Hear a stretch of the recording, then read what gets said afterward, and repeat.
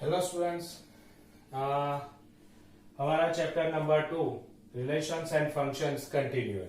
Okay, आज हम पढ़ने जा रहे हैं फंक्शंस। रिलेशन तक हमने फिनिश किया था, आज हम पढ़ने जा रहे हैं फंक्शंस। ओके, तो फंक्शंस क्या है ये फंक्शंस? ओके, फंक्शन जानने के लिए आज हम कुछ एग्जांपल्स लेते हैं। फॉर एग्जांपल्स, मान लो कि कोई सेट ए है और दूसरा सेट बी है। कई तरह के फंक्शंस होते हैं हमारे मैथ्स में। ओके, 10th में भी हमने पढ़े थे, पर वो फंक्शन के फॉर्म में नहीं पढ़े थे। ओके, पर यहां पर आज हम मैथ्स के फॉर्म में फंक्शन, मैथ्स में कहां फंक्शन आते हैं उसमें से एक हमारा सेट के रिलेटेड जो फंक्शन है वो हम जानने की कोशिश करते हैं। ओके, मान लो यहां पर कोई भी एलिमेंट्स है 1 2 3। ओके, अब ये तीनों के साथ यहां पर कोई ना कोई रिलेशन है, 2 3 4 और 5 नंबर्स है। ओके, तो यहां पर हमें देखना है कि 1 का मान लो 2 से कोई रिलेशन है।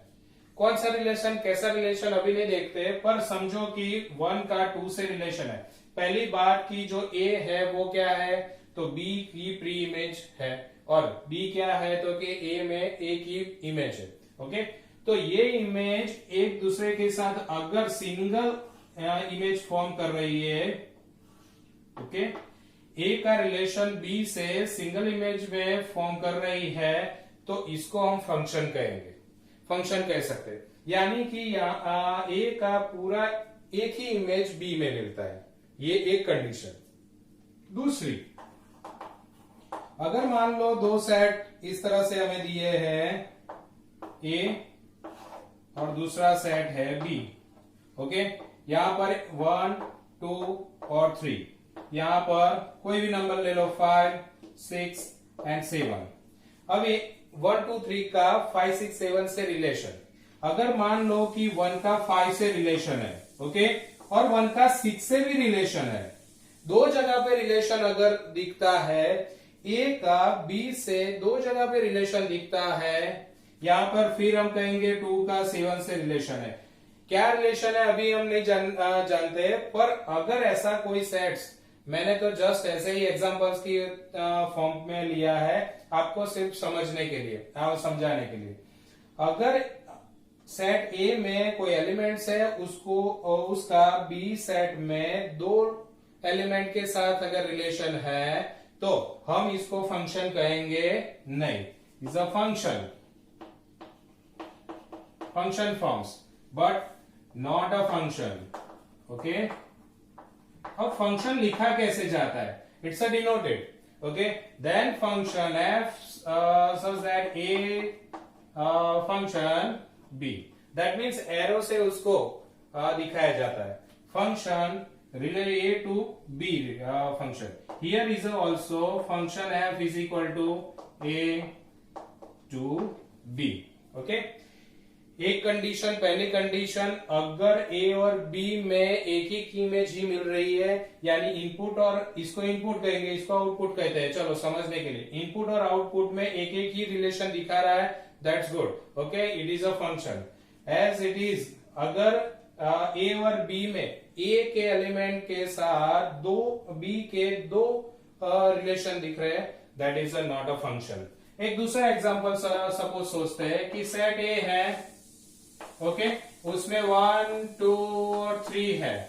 दूसरा एक एलिमेंट है जिसमें नंबर ऑफ 7 8 और 9 है। ओके, तो इस तरह से अब सोचो कि 1 का 7 से कोई ना कोई रिलेशन है, और 7 का 2 से भी रिलेशन है, 2 का 7 से भी रिलेशन है। समझ में आया? यहां पर कोई ऐसा रिलेशन क्या है वो हम अभी नहीं दिखाते। ओके, पर 1 का 7 से और 2 का 7 से रिलेशन है।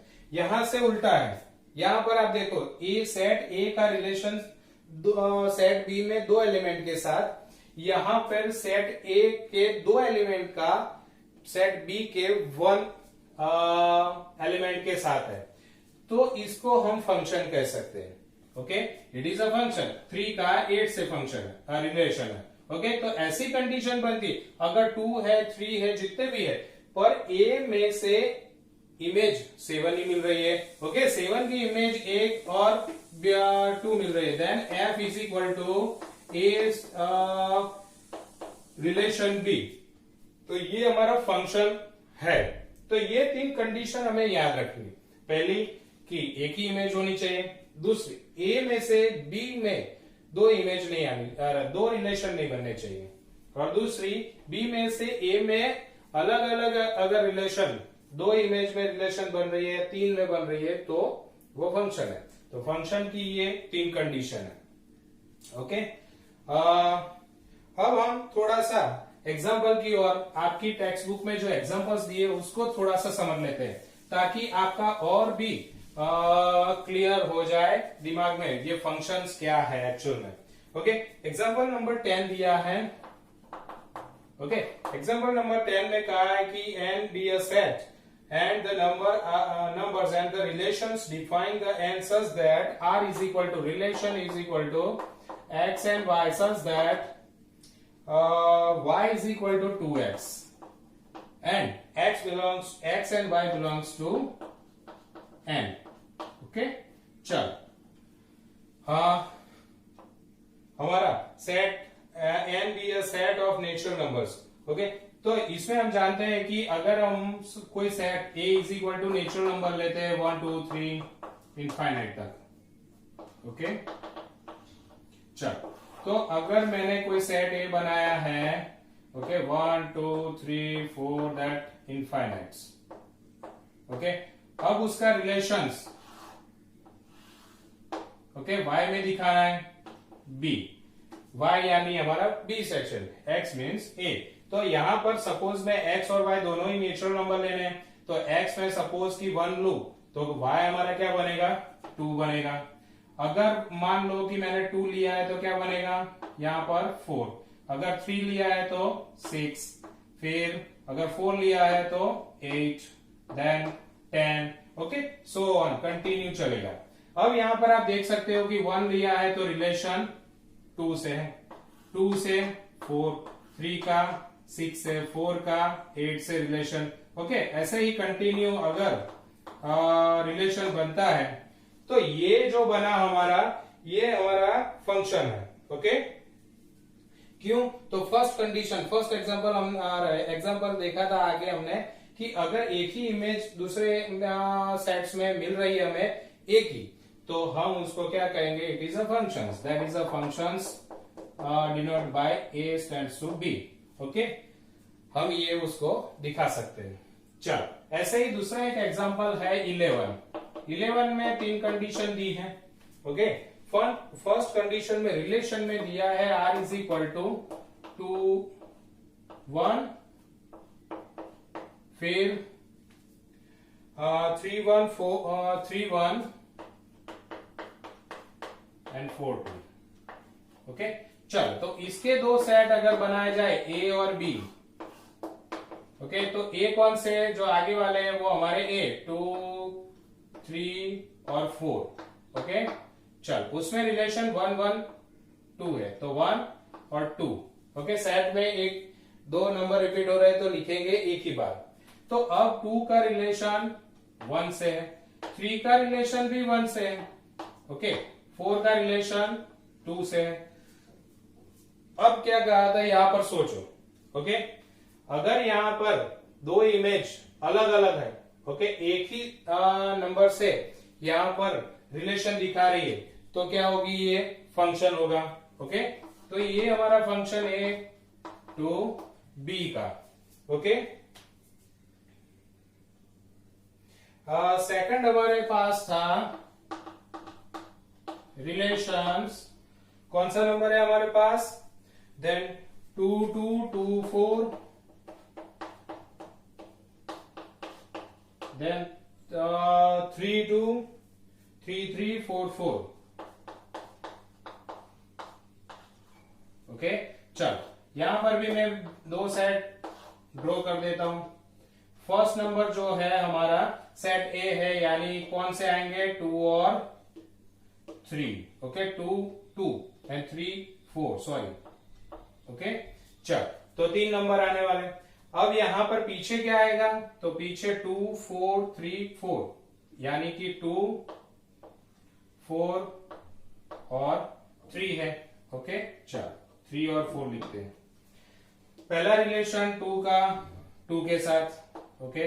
फिर रिलेशन है 2 का 4 के साथ। सोचो ये कंडीशन कौन सी, सेट ए में से सेट बी में एक ही एलिमेंट में 2 एलिमेंट के साथ, सेट बी के 2 एलिमेंट के साथ रिलेशन है, ओके।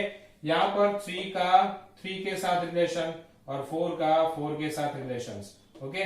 पर इंपॉर्टेंट थिंग्स, ये वाला जो रिलेशन है, ओके, 2 वाला जो रिलेशन है वो एक एलिमेंट का बी के साथ 2 में है, that means it is not a function, okay. ये फंक्शन नहीं है, उसको हम फंक्शन काउंट करते नहीं है। तो आपको यहां पर जो 3 हमारी फंक्शन की कंडीशन थी, अगर आपके दिमाग में रहती है तो आप फंक्शन के सम्स इजीली कैलकुलेट कर सकते हो। अब फंक्शन के कुछ ग्राफ्स भी बनते हैं, ओके। उसकी ओर हम आगे बढ़ते हैं कि हमारे जो फंक्शंस है उसमें जो ग्राफ है, ओके, तो ग्राफ को भी थोड़ा समझ लेते हैं, ओके।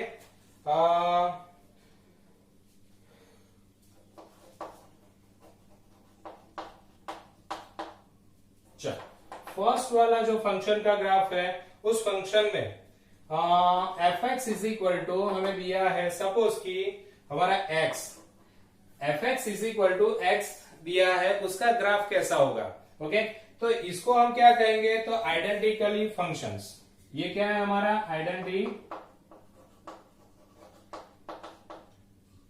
Identity functions, okay.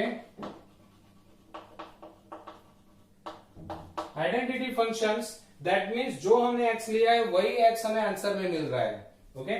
तो हमारा जो ग्राफ है, जनरली समझने के लिए आपको दिखा रहा हूं कि वो हमारा जनरली स्ट्रेट लाइन मिलेगा।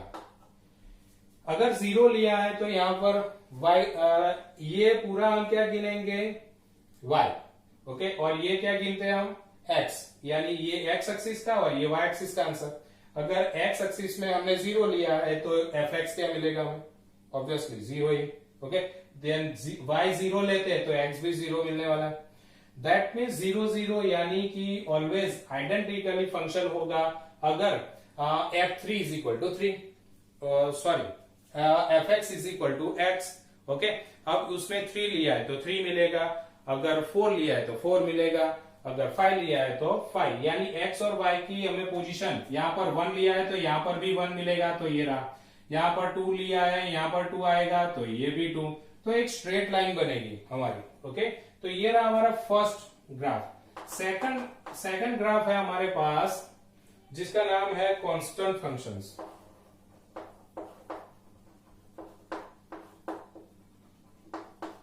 ओके। कांस्टेंट फंक्शंस, ये क्या है, कांस्टेंट फंक्शंस, दैट मीन्स हम उसको लिख सकते हैं F X is equal to C. C means constant, C is equal to constant. अगर मान लो कि ये बदलता रहता है, एफ एक्स 1 लिया, एक्स की जगह पे 1 लिया, यानी एफ एक्स है क्या, वो हमारा y है, ओके। और ये c हमारा x, यहाँ पे आप देख सकते हो कि ये हमारा x और ये y। तो जो भी हम यहाँ c कांस्टेंट है, सपोज कि for example F X is equal to हम 3 लेते हैं, ओके। यहां पर बदलते रहो तो ये y हमारा चेंज होता रहेगा, 1 लेंगे, 2 लेंगे, 3 लेंगे, 4 लेंगे, 5 लेंगे, 6 लेंगे। तो जो ग्राफ मिलने वाला है, 9th में आता था कोऑर्डिनेट ज्योमेट्री में, ओके। अगर कांस्टेंट मिलता है F X is equal to 3, okay, तो उसका ग्राफ हमें एक्स एक्सिस से पैरेलल मिलेगा, यहाँ पे y एक्सिस के फॉर्म में, ओके। क्योंकि हमारा x एक्सिस तो 3 कांस्टेंट है, ओके।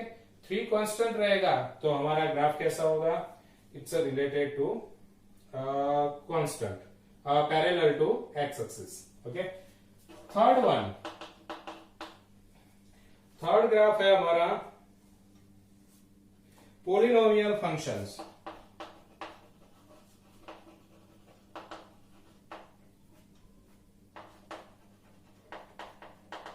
पोलिनोमियल फंक्शंस का ग्राफ अगर देखा जाए तो F X is equal to काफी सारी पोलिनोमियल है, लीनियर है, क्वाड्रेटिक है, क्यूबिक है। ओके, अगर मान लो कि x square plus 5x minus 3 ऐसी कोई पोलिनोमियल हमें दी है। ओके, तो जनरली पोलिनोमियल इसको सॉल्व करो और उसके पॉइंट्स लाओ x और ये जो मिलेगा हमें x के फॉर्म में, ये मिलेगा हमें y के फॉर्म में। ओके, तो जो भी हमें मिलता है और उस हिसाब से मान लो ये सबसे हाईएस्ट पॉइंट है हमारा 2, यानी क्वाड्रेटिक पोलिनोमियल। क्वाड्रेटिक पोलिनोमियल में लास्ट ईयर में 10th में हम पढ़े थे पोलिनोमियल का ग्राफ कैसा आता था, यानी क्वाड्रेटिक पोलिनोमियल का ग्राफ कैसा आता था, पैराबोला। ओके, आपके लास्ट एग्जाम में, यानी कि आपने जो 10th की एग्जाम दी उसमें फर्स्ट क्वेश्चन था। ओके, अगर एक्स स्क्वायर नेगेटिव है तो डाउनवर्ड पैराबोला हमें ग्राफ मिलता है, यहाँ पर पॉजिटिव है तो अपवर्ड डायरेक्शन में पैराबोला मिलेगा हमें। ओके, तो फिर यहाँ पर जो भी अगर 0 लिया जाए तो यहाँ पर 0 रखो तो 3 पे पॉइंट्स है। ओके, तो इस तरह से जो भी पैराबोला हमें मिलने वाला है वो अपवर्ड डायरेक्शन में, क्योंकि ये पॉजिटिव है, और दूसरा कि इसका ग्राफ ऑलवेज पैराबोला होगा। ओके, तो वो कहीं से भी पास हो सकता है, नेगेटिव है तो -3 से। ओके, तो इस तरह से उसका ग्राफ हमें मिलेगा। ओके, चल इसकी जगह पे क्यूब हो, अगर px is equal to fx is equal to सिर्फ एक्स क्यूब और -1 ऐसा कोई क्यूबिक पोलिनोमियल है। क्यूबिक पोलिनोमियल होगा तो हमारा जो ग्राफ होगा वो जनरली इस तरह से 0 0 में से, यानी ओरिजिन में से पास होके इस तरह से हमें इसका ग्राफ मिलेगा। नेक्स्ट फोर्थ वन हमारा नेक्स्ट जो ग्राफ है वो है rational functions.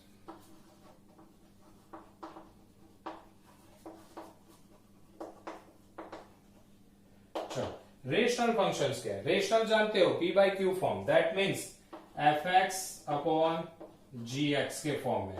Okay, where G X not 0। Okay, अगर मान लो कि रेशनल फॉर्म में फंक्शन है हमारा तो उसका ग्राफ जनरली हमें कैसा मिलेगा, वो 0 0 में से, क्योंकि एफ एक्स 0 होगा तो जी एक्स 0 नहीं होगा। ओके, तो वो 0 0 में से पास नहीं हो सकता। दैट मीन्स उसका जो हमें मिलेगा ग्राफ, ओके, वो जनरली इस तरीके से मिलेगा। ओके, आपकी टेक्स्ट बुक में दिया गया है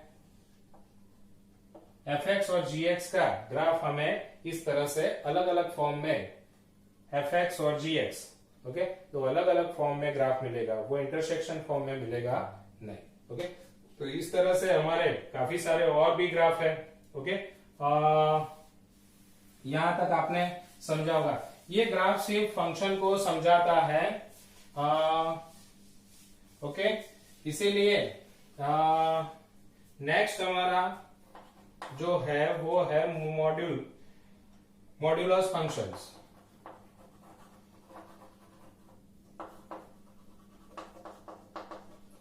मॉड्यूलस फंक्शंस में F X is equal to क्या है हमारे पास, तो क्या मॉड्यूल ऑफ एक्स।